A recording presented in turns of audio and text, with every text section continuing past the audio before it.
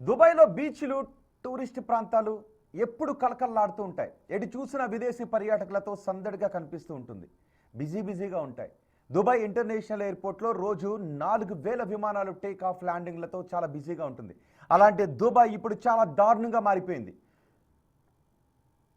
మనుషులు ఎవరూ కూడా కనిపించట్లేదు. ఇరాన్ ఇజ్రాయెల్ యుద్ధంతో మొత్తం సీన్ అంతా అక్కడ రివర్స్ అయిపోయింది. దుబాయ్ ఎక్కడ చూసినా వెలవెలబోతున్నట్టుగా కనిపిస్తోంది. టూరిస్టులతో కలకల్లాడిన ప్రాంతాలు ఇప్పుడు నిర్మానుష్యమైపోయాయి. ఇరాన్ నుంచి మిసైల్స్ డ్రోన్ అటాక్తో టూరిస్టులు వణికిపోతున్నారు.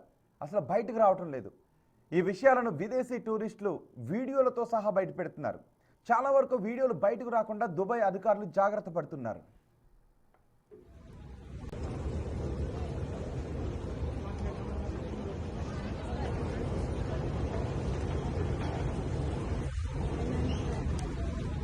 చూడండి ఒకసారి ఆ బాక్స్లో చూడండి.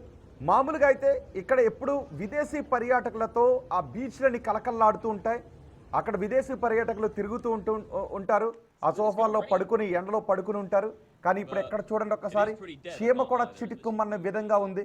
ఎందుకంటే ఎప్పుడు ఏ మూల నుంచి ఏ ఇరాన్ డ్రోన్ అక్కడ వచ్చి తమపై పడుతుందోనని విదేశీ పర్యాటకులు భయాందోళన వ్యక్తం చేస్తున్నారు. ఆ బీచ్లో చూడండి ఎంత నిర్మానుష్యంగా కనిపిస్తూ ఉన్నాయో. కానీ వీడియోలు బయటకు రాకుండా దుబాయ్ అధికారులు జాగ్రత్త పడుతున్నట్టుగా తెలుస్తోంది. వీడియోలో మనకు కనిపిస్తున్న ఈ బీచ్లో ఒకే ఒక్కరు కనిపిస్తున్నారు. ఇక మొత్తం నిర్మానుష్యంగా మారిపోయింది. ఎవ్వరూ బయటకు రావడం లేదు. అంత షెల్టర్లోనే ఉంటున్నారు. చాలామంది వెకేషన్ క్యాన్సిల్ చేసుకుని స్వదేశాలకు వెళ్ళిపోతున్నారు. గత కొద్ది రోజులుగా ఇరాన్ ప్రయోగించిన క్షిపణులు డ్రోన్ల అవశేషాలు దుబాయ్లోని పామ్ జుమేరా బుర్జ్ అరబ్ వంటి ప్రాంతాల్లో పడడంతో టూరిస్టులు భయపడిపోతున్నారు. గాలిలో ప్రతి అరగంటకు ఒకసారి పేలుడు శబ్దాలు వినిపిస్తున్నాయి. ఈ విషయాన్ని ప్రత్యక్ష సాక్షులు వీడియోలో చెబుతున్నారు. దీంతో జనం బయటకు రావడానికి భయపడిపోతున్నారు.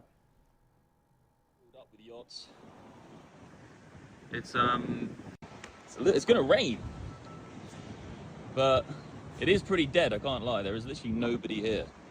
Like guys, there's no one here. Alex is in this building now, but usually the beaches are full of people. It is raining, but there's no one on the beach. Like literally, there's one person on the beach.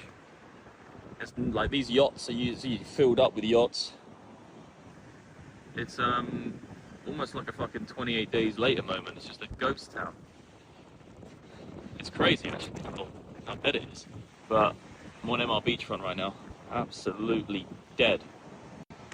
It's gonna rain. But తరచుగా air ride సైరన్లు అక్కడ మోగుతూ ఉండటంతో పర్యాటకులు బీచ్ల నుంచి సురక్షిత ప్రాంతాలకు వెళ్లాల్సి వస్తోంది.